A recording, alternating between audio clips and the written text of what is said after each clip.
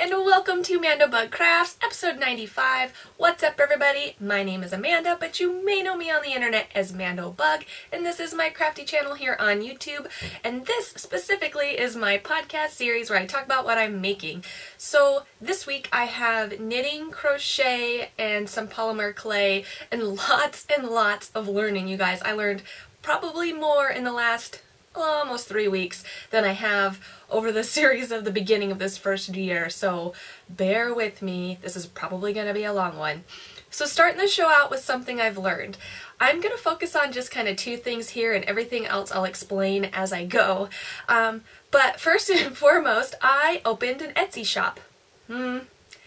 So I opened an Etsy shop back in 2013. So technically this wasn't like a grand opening, this was like kind of a reopening, a repurposing of the shop. I opened back in 2013 selling handmade crocheted items, and I actually never sold a thing.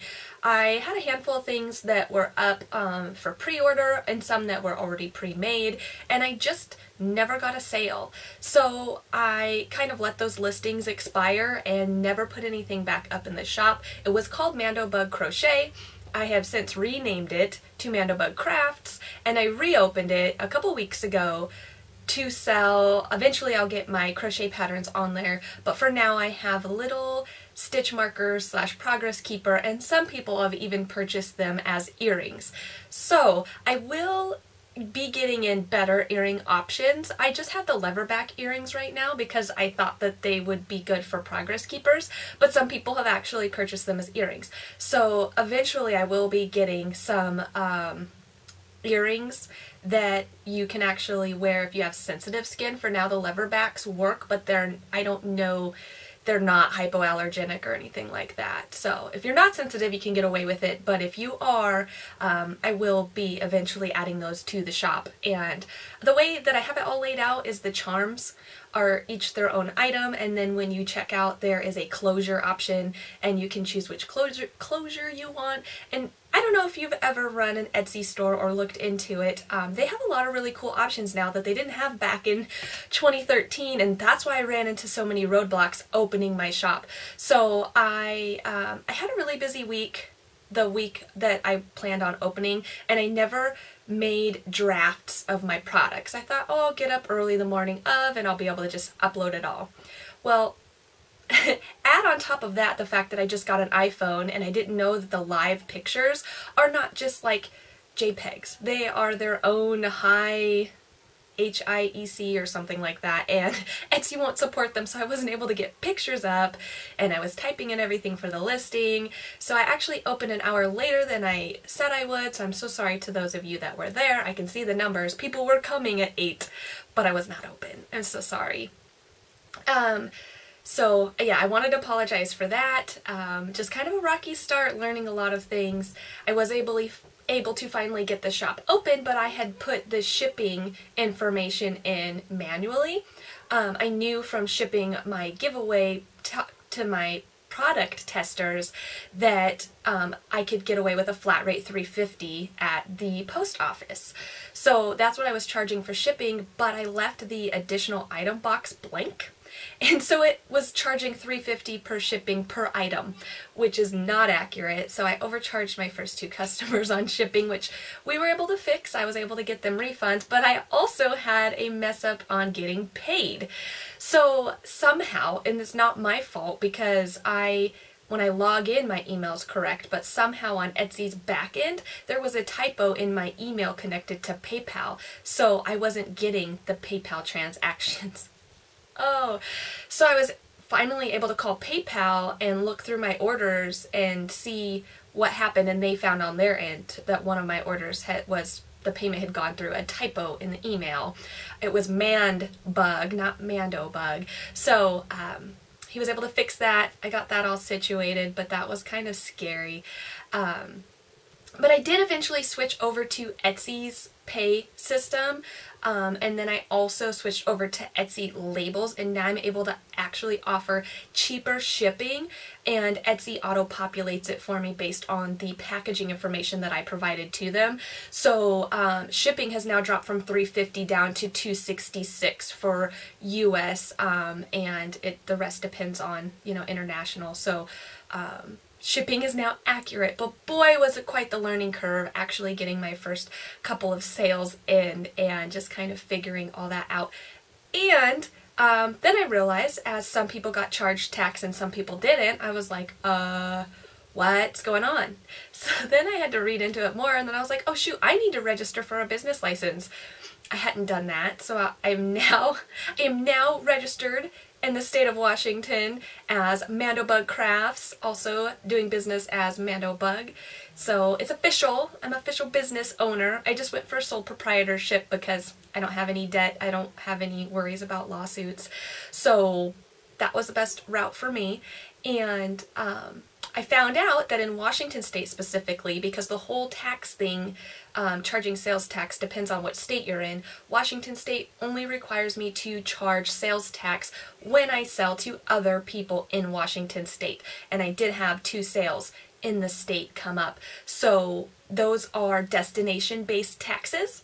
So they were actually 2 different tax rates depending on where my buyers were from. So, and Etsy knew that automatically, which was really nice, but then you can go in and change the settings as well. So I'm leaving it as is, and because Etsy did it right. So, and I'm sure they know that based on my address shipping from Washington. So yeah, a lot of stuff, you guys. It wasn't as simple and easy as I thought it was gonna be. That's kind of like the story of my life, right? But yeah, so the Etsy shop is open. I still have charms in there. The little black sheep sold out, but there's still some pizza and skulls and the white sheep. And the white sheep in the shop are not the bulging eye sheep. They are the new fixed ones. I didn't upload the bulgers. And I'm going to be uploading this weekend some more paw prints. I made a set of white with black paw prints. So I'm going to upload a couple of those into the shop this weekend. And then I'm also working on some new prototypes. I'm working on some yarn and charm collabs as well. And I got to keep those under wraps. So everything's going to kind of roll out slowly. But I'm super excited. I'm having a lot of fun and having fun with the inspiration. I've got some emojis on the way. So I'll leave it at that. Yes, so that was everything I learned from Etsy, and then I'll go ahead and talk about my struggle. So a friend of mine has a hat that she received from, so my friend had a friend, it's one of those stories, who had a hat that she loves and asked her to remake. And at first glance, it looks like it's knitted. So she's like, yeah, I'll make it. And then when she got it, she's like, wait a second, is this crochet? And so she's been asking a ton of friends and no one can figure it out. And she brought it to me and she was like, can you remake this? And I was like, I think it's Tunisian crochet and I think I can. So I'll give it a shot. I have only ever done the simple Tunisian stitch, the Tunisian simple stitch, I think it's called, years ago when I learned to crochet when I was 9 or 10. My grandma had the long Afghan hooks and I was like, what do you do with that? And she told me, she's like, oh, it's Afghan hooking or whatever she called it, or Tunisian crochet, and she showed me how to do it. And I did a couple rows, but I didn't really like it. And the thing with Tunisian simple stitch is it's like stockinette stitch, not in appearance, but in the fact that it rolls. So I had like probably about this wide, about, I don't know, 4 or 5 inches that just rolled up on itself. And I was like, I don't like it, and I never did it again. So that was the extent of my Tunisian crochet knowledge. So I'm looking at this hat, and I don't have it on me anymore, but I did take a video, and it looks like yarn held double with a twisted knit stitch, and then not a purl, but if you flip it over to the inside, it looks like the reverse of the stitch on the other side. And how I know it's not knit is because it's not a real purl stitch, and there's like this weird chain in between the stitches. And so then I started trying to do Tunisian crochet held double in the round, which in order to do that you need a double-ended crochet hook, and that was such a big gauge, and I work in Maker's Mercantile. I was looking, and we didn't have double-ended hooks that large. So what I ended up getting was the Addi interchangeable crochet hooks with a cable in between, and it required 4 balls of yarn, because what you do is you do your pickups with one yarn and your backward closing. I'm sorry that I'm not super familiar with the terminology. I want to say it's like first pass, second pass kind of a thing. You do your first pass with the 2 held double and your second pass backwards with the other 2 held double. So I had 4 balls of yarn flapping around, and it was still not looking right. Holding it double, doing the second pass, was creating this really dense fabric, and the hat was open and loose. And that's when I was like, you know what? This might be loom knit. So then I started researching loom knitting, and I found that there is a loom knit stitch called the E-wrap. So I taught myself that as well. So I taught myself the Tunisian knit stitch, the Tunisian twisted knit stitch, and the Tunisian purl stitch, and the Tunisian twisted purl stitch, following video tutorials. Ooh, I will link those below because they were amazing. I followed some by Mikey from the Crochet Crowd and some from Kim Guzman. So I will link those below if you're interested in some Tunisian crochet stitches. So then, yeah, I moved on to the loom knitting, and I found that the E-wrap looks like a twisted knit stitch with the yarn held double, but it's not. You're wrapping, you have 2 wraps per peg, and you always have 3 loops at a time, so when you pull one over the 2, eventually it looks like it's held double, but it's not. And I'm like 100% positive that's what the hat is, but it's reversed. 1 stitch is E-wrap from the front and 1 stitch is E-wrap from the back, and you cannot do that using one loom. My mother-in-law Lori has a loom, and so I was learning and practicing on her loom, and that's when I realized I can't do it with one loom. And so then she had one that was slightly smaller, and I tried to do it like that, and it worked, except there was these large gaps in between the stitches. So I just don't think I had the right equipment, and I ended up having to chalk it up to a loss and give it back to my friend and say, I'm sorry, I can't recreate this hat for you. But boy, did I try. I really tried, and I learned a lot in the process. So yeah, it's been weeks of learning. So moving on to finished objects. I made the cutest little polymer clay snow leopard. I don't have it with me, but I did take some videos. My brother came to visit with his girlfriend, and when they were over, I had seen this tutorial by Creative Rachie, and I wanted to see if I could follow it and make the cute little leopard. And when my brother's girlfriend saw it, she was like, oh, if that turns out good, I want it. So apparently it turned out good, because she took it and she loves it, and I loved it.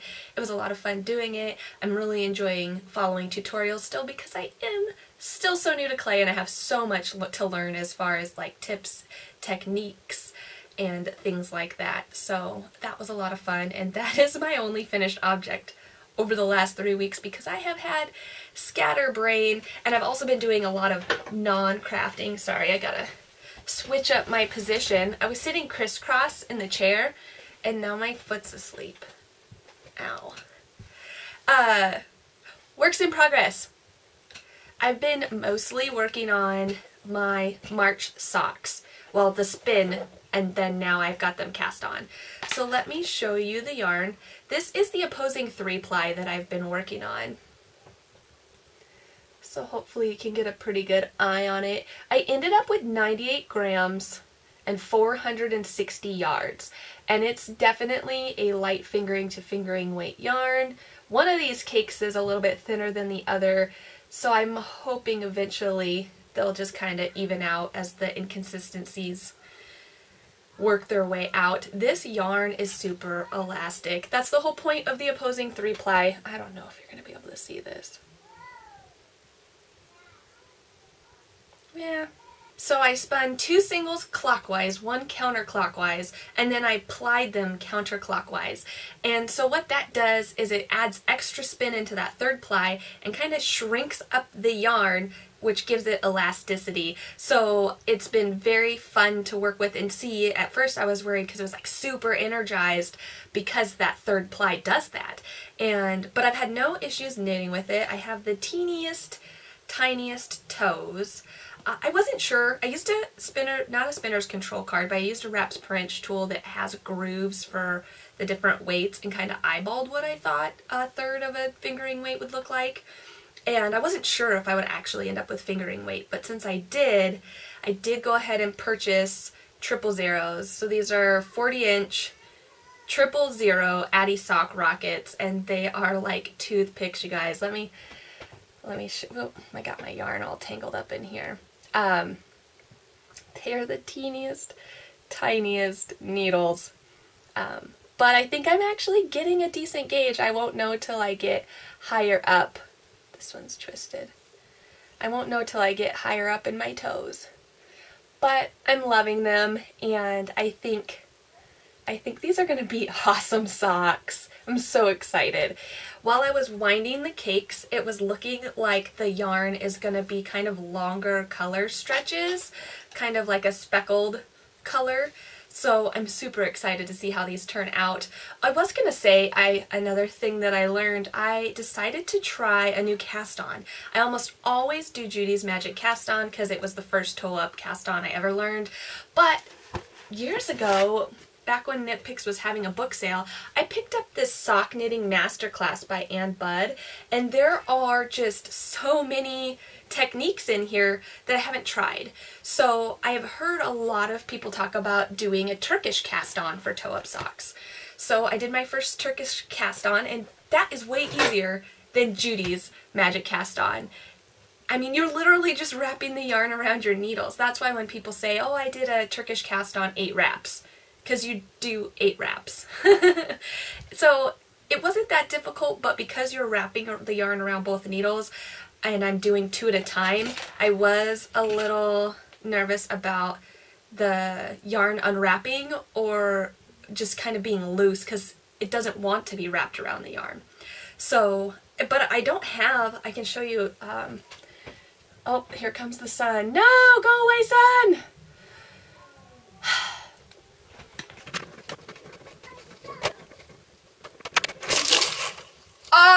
What? Just broke my blinds.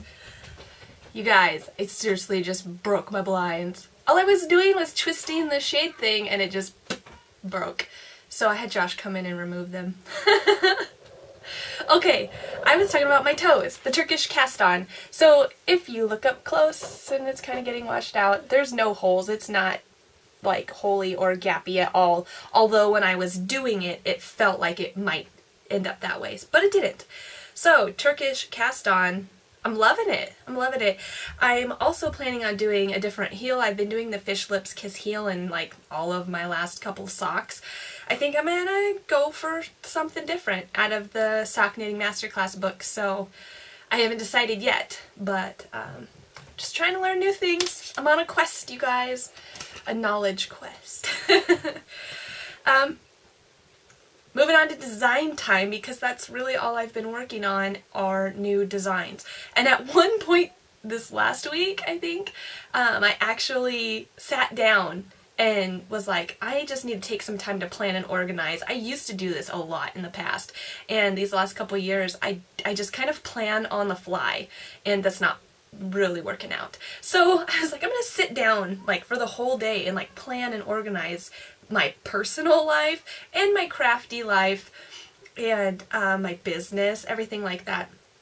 So I sat down, I wrote everything out, and I realized I had like 12 notebooks full of stuff. Like I didn't keep all of my thoughts and information in one place.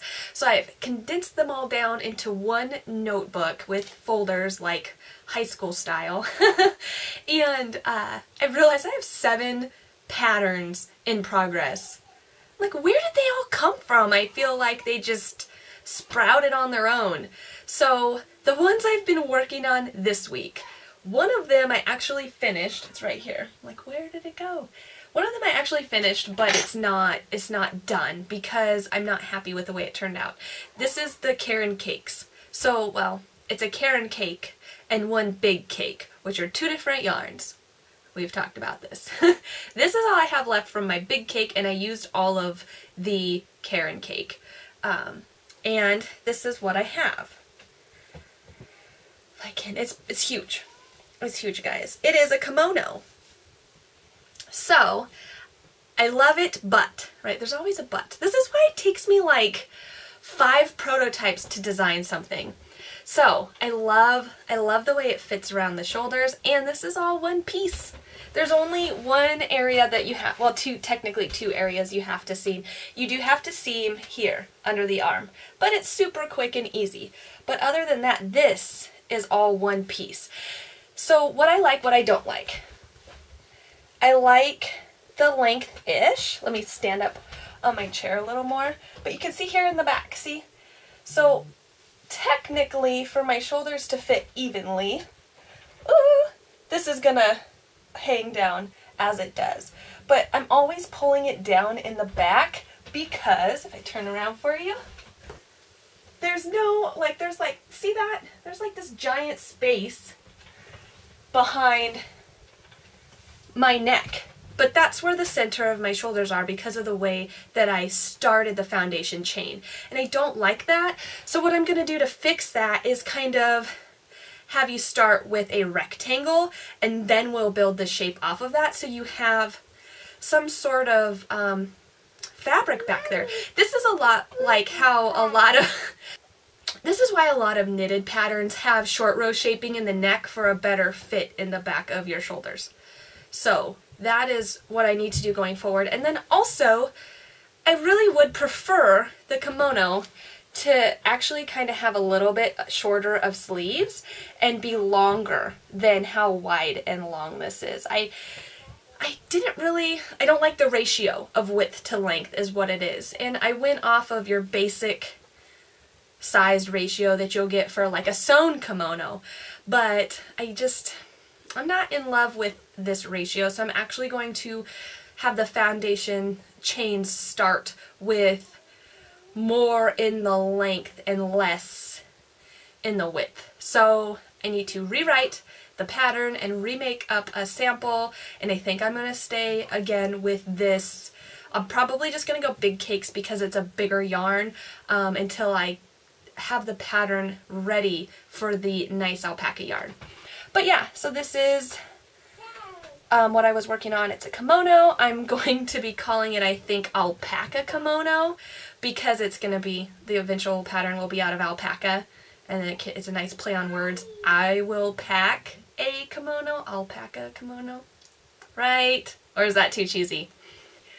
So that's one design I've been working on. The other is my tank top. I haven't put too much work into this. This is a tank top that I've been designing using Cattails yarn. This is her, it's pumpkin, the Great Pumpkin, because it's Charlie Brown, that's right, the Great Pumpkin. And I've just been working on my second, I didn't put a stitch marker in there, so I unraveled it, whoops. This is the first piece. The tank top strap starts in the back, and it comes around front. And I need to make my second piece that will eventually come down, meet and join in the round. So that's what I've been working on this tank top. It's in linked double crochet, so there's no holes. So you won't have to wear anything underneath it, which will be great come summertime. And this base is amazing. It's a merino silk blend, and it's super strong and durable. Sharing the same bag is a hat that I just started.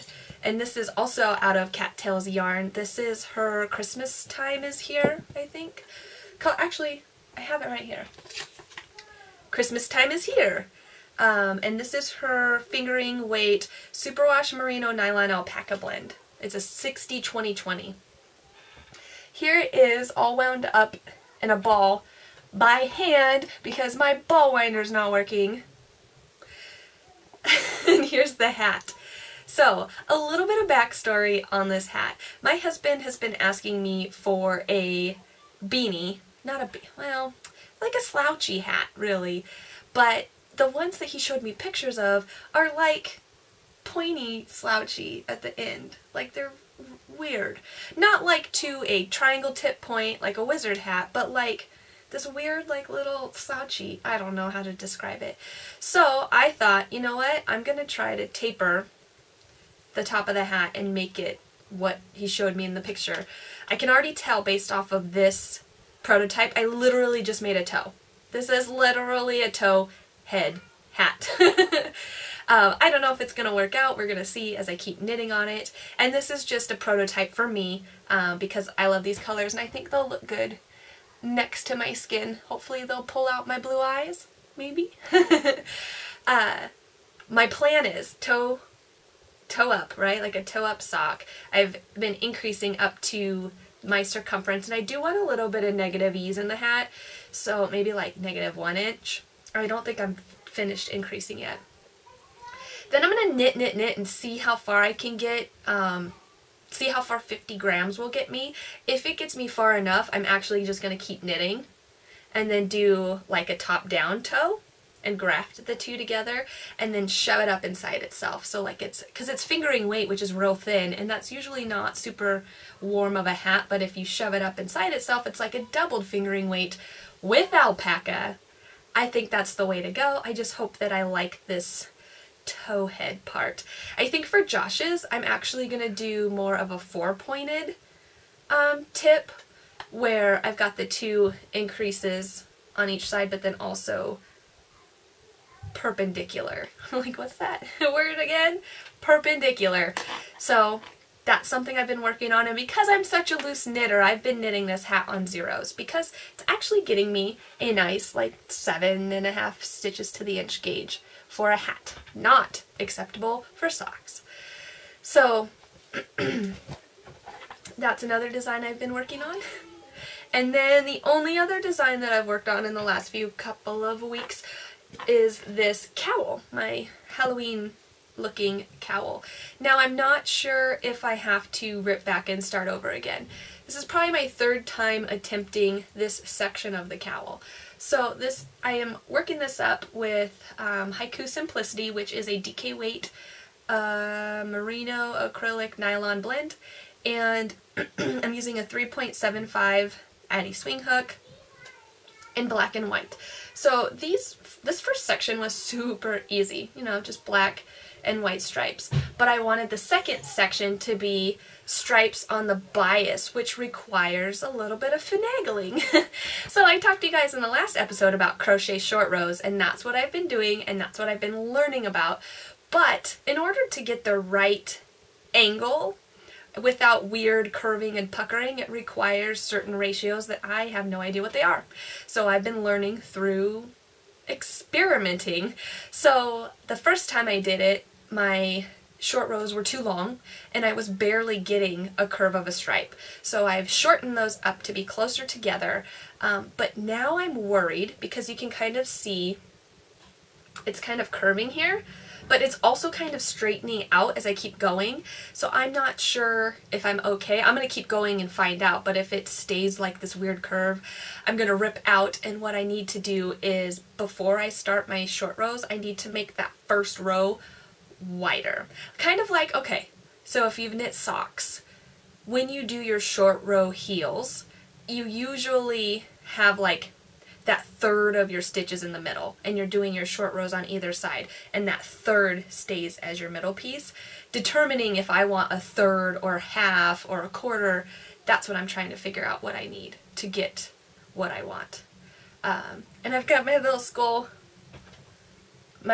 stitch marker on there. So this is the lever back earring that I was talking about. I have 2 jump rings on here because I do wear him as an earring, which is fun. You can wear your stitch marker as an earring, then when you need it, just take your earring out, put it in your crafting. But I love these lever back earrings because they work for crochet, they work for knitting. They're 13 millimeter, so they actually fit around most knitting needles as well. So they fit on a knitting needle, they fit into your work, and they work for crochet. So I feel like the leatherback are most versatile, but definitely I've heard you guys in the shop, most people prefer the lobster claws, so I have those as well. Speaking of the shop, actually, I forgot to mention earlier that I was doing a giveaway, or am doing a giveaway, where you get 1 extra free progress keeper for my first 10 orders, and I've only had 9 orders. Etsy doesn't look like that because they've been counting individual items as orders. So if someone orders 3 different styles of stitch markers, it looks like 3 orders, but it's not. Or at least I'm only counting it as 1. So I still do have 1 more free progress keeper to give away to my next order. And that's kind of a mystery, and I choose the style based on what you purchased. So if someone bought leatherbacks, I give them a leatherback. If someone bought lobster claws, I give them a lobster claw. So yeah, just been working away on this, and I'm super excited. I like the thickness of the stripes. I like the angle. I just need to make sure that this will straighten out when I finish the stripes, which I don't know that it will. So I've been working on that. So that takes me to Happy Mail. Happy Mail. I got a lot of Happy Mail this week. Well, not this week, these last couple of weeks. So I received a package from a friend, which I won't go into details, but I'll show you what I got. I got some hand-dyed, this is Mohair Leicester blend in these neon colors. I got this awesome highlighter pop yellow and this lovely, lovely turquoise color, which I'm starting to feel like turquoise is my, what do they call it? Spirit color? I think turquoise is my spirit color. It's not my favorite color, but I don't know. I always seem to be it seems to be attracted to me. And obviously me attracted to it as well, but I don't know. Yes, I've got these. I've never spun mohair before. I have mohair locks, never spun them, and I've never spun roving with mohair in it, so I'm excited to try this out. It's not a ton of roving, as you can tell, but I am still participating in the mini skein, handspun mini skeins, year of the handspun mini skeins, so I think these will go for that. So I haven't made plans yet. I also received this cute little frog. He's so cute. It's like a little beaded frog on wire, and a nice little stack of some Halloween themed fabric. And then, you guys, I got the Tilly and the Buttons Agnes pattern. Now, the person that sent it to me, I was talking to them and I was telling them how I would love to make an Agnes top, and they're like, I actually have the pattern and I don't like it because of my body type. This is a pattern that flatters a pear shape and not necessarily other shapes, and I am a pear shape. So I'm really excited to make this pattern, make this top. It's in my sewing plans of the future. So that was very, very sweet. Loved my little package in the mail. And then also I ordered some yarn from Vermont Dye Works. Look at this. So I am participating in Kristen's Box of Socks knit along, and so when I saw Stephanie put this up in her shop, I had to have it. It is the coolest combo. I am just like, it's weird because I went through a phase, like especially during my super goth phase, that I was like, no pink. Pink is like anti-feminist, and you know, like, it's stupid to attribute things to colors. So I was like anti-pink, not because I didn't like the color, but I just felt like it stood for things that I didn't like. And also it's not black, which was, I was all into red and black. But I guess as I've gotten older, I've let go of silly things like that, and I'm loving this hot pink pop, and it just is such a compliment to the main color that I think this is just going to be great. And this is Daydream. Last I checked, I think there was still one available in her shop, but I am super excited about this yarn. This is going to be my April socks, and I just love them. The dark blue and the pink, and like if you look, there's some really fun speckles that are like a speckle with concentrated color around it, and I think that's just going to knit up really fun. So I'm loving this yarn. I'm super excited to cast it on. And I think what I'm going to do is there's 20 grams in the mini skein. I think that's enough, maybe not for the cuffs, but to fade the color in to the sock at like start the toe in the solid and fade it into the body, kind of like you would in like all of the fade patterns, and possibly fade it in and out of the heel too, and then possibly if there's enough yarn fade it into the cuff, but I don't know that there will be enough yarn. We'll see when I get there, which is a month away because I'm still working on my March socks. So that came in the mail.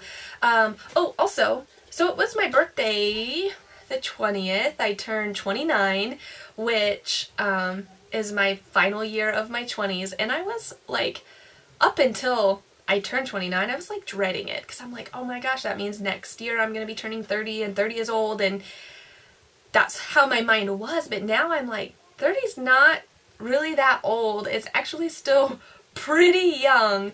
And I just feel like 30 could potentially show signs of like maturing, and that's kind of what I've really been focusing on, is that age is a development. And so your age isn't really like, oh, you're old, it's like you're developed. I saw somebody share, I think it was on Facebook, I saw someone share that we should refer to our age as levels because it sounds a lot cooler than, you know, sounding old. So instead of age 29, I'm level 29, and that definitely makes me sound super young.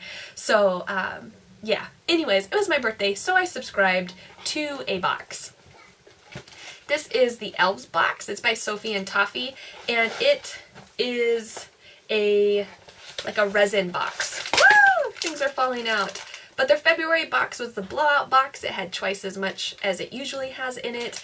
And I got some 2-part resin, which I've never worked with before, and some little charms and some open bezels to play with. So that came in the mail. I'm super excited. Like little things like this. Like little charmy things. These you can use if you make like shakers. I've just been enjoying trying some other crafts. So I'm excited to play around with the Elves box.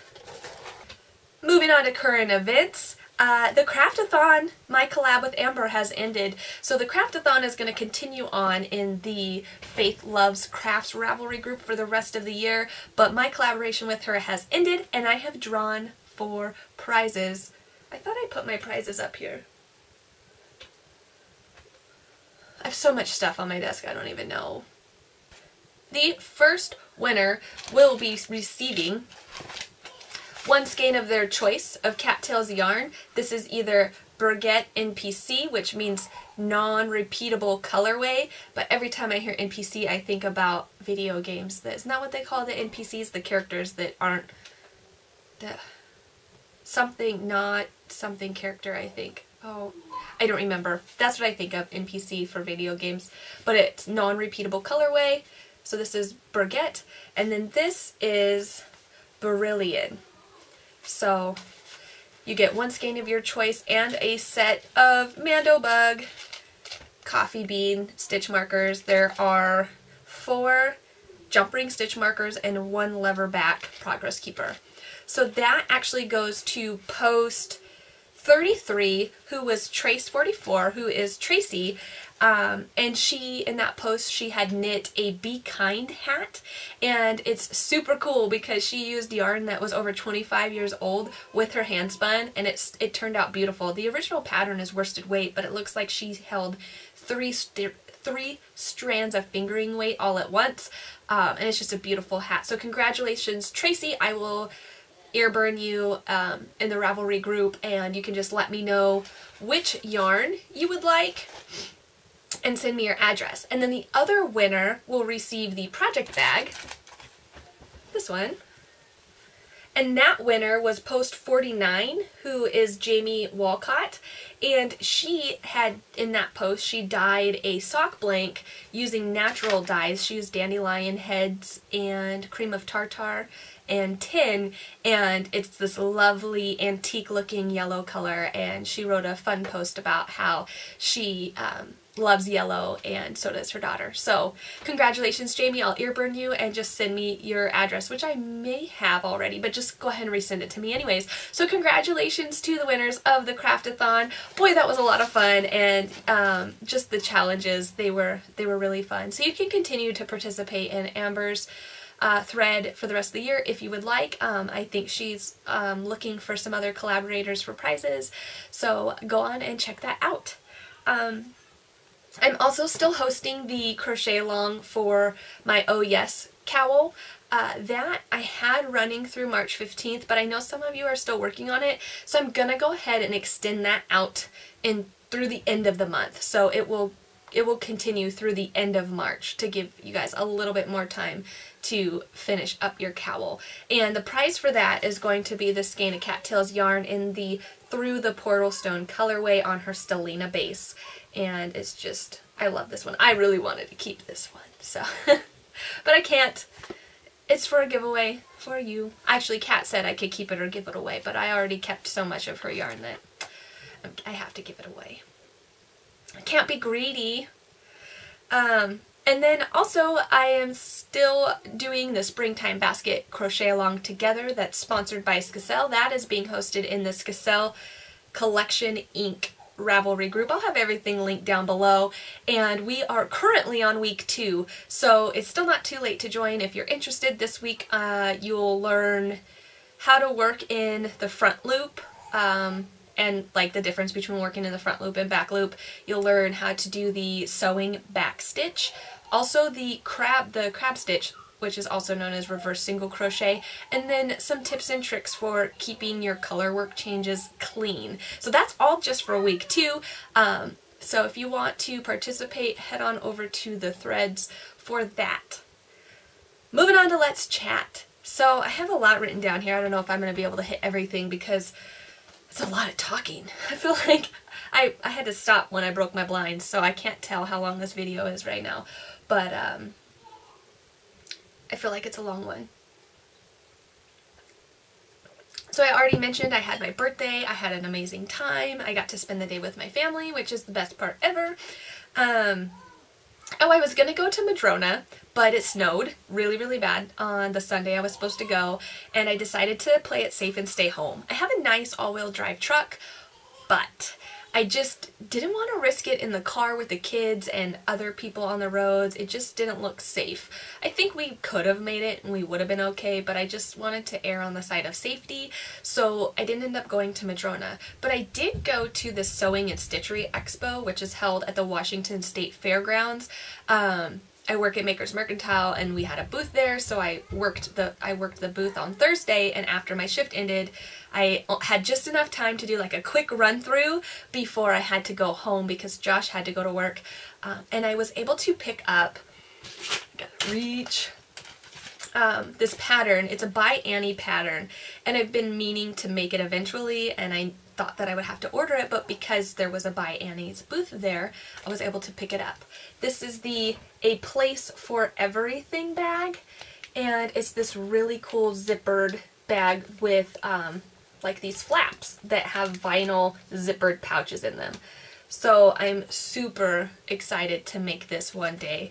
So I went ahead and picked that up at the show, and then when I was standing in line, they had these really cool Choco liner pins, which I have seen but never used. So I thought this would be really helpful down the line with sewing, because I usually use a pin that's not erasable, and sometimes you're supposed to make markings that need to be erasable. So yes, I'm excited to try that out on my next pattern.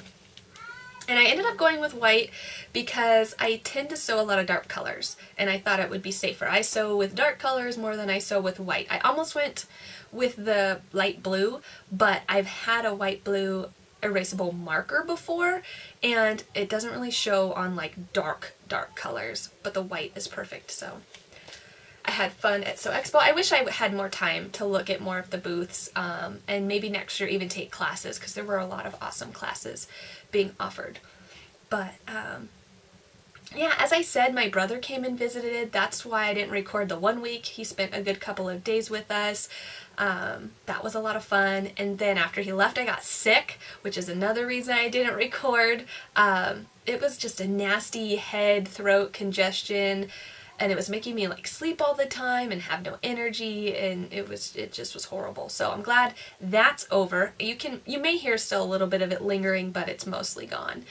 I spent a lot of time reorganizing and decluttering my house, and so that's another reason there hasn't been much crafting or episodes.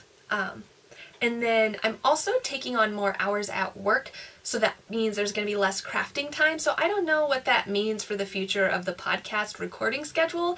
I may have to cut back to only every other week. We'll see how it goes. So no promises that I can stay weekly, but every other week's not bad. And then Emily, this last weekend, actually wove her first piece. I was so proud of her. So my mother-in-law, Lori, picked up this little kid's loom on Amazon. It's called a Hape loom, and I'll put a link below. And she wove this tiny little wall hanging. Obviously, I had to help her with the finishing of the piece, but for the actual weaving, she did most of it by herself, because you can see the edges are not straight or tidy, but I think she did really good. So yeah, and I've never woven anything, so Emily actually technically learned to weave before me, which is, I think that's kind of cool. So, Good, nice. Okay, now can you go like this? Pull those down. Good. I never be my friend. Yeah? Can you turn this now? You gotta turn the knob. This way? Yep, that way. Okay, you do it again. Okay, you gotta go like this. No, it's gotta go that way, just like that. Okay, can you push it through so it goes?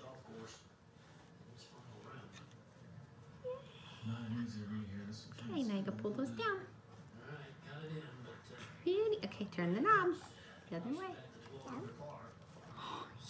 so that's all I have for you guys this week. Sorry I took such a long break, but it just wasn't a good time to record. So I don't know if I will see you next week. It may be 2 weeks, but until then, I hope you guys make some awesome things, and I will chat with you then. Happy crafting. Bye!